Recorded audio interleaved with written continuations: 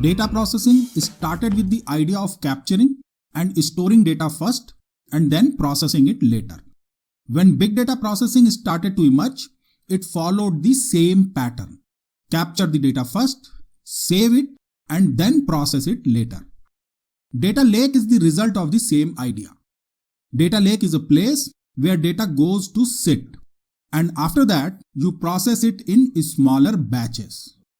These batches are scheduled to run at regular intervals, such as once every day.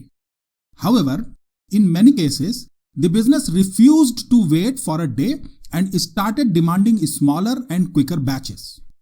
And that is where all the problem started.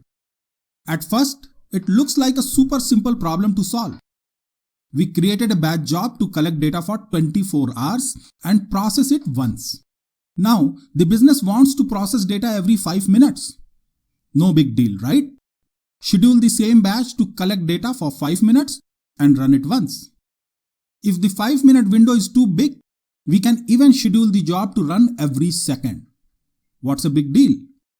However, extracting information from your data every second on an ever-growing data which is continuously flowing to your system is not a job scheduling problem.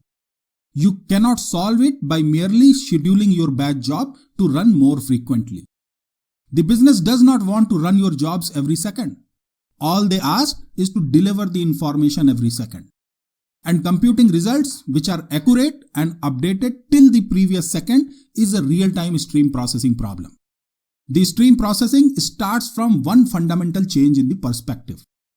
When you process a data stream, you do not look at the data as a table in a database or a file in the data lake. The data lake is stationary, but the stream is the data in motion. A stream is a continuous, unbounded, and an endless flow of data that keeps bringing more data to your system every second. How do you deal with that? How do you process that stream and compute the most recent and accurate information?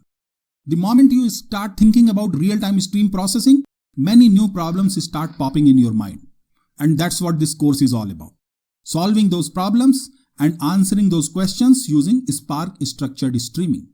In this course, I'm going to teach you two things: stream processing problems and challenges, and how to solve those problems using Spark's most recent structured streaming APIs.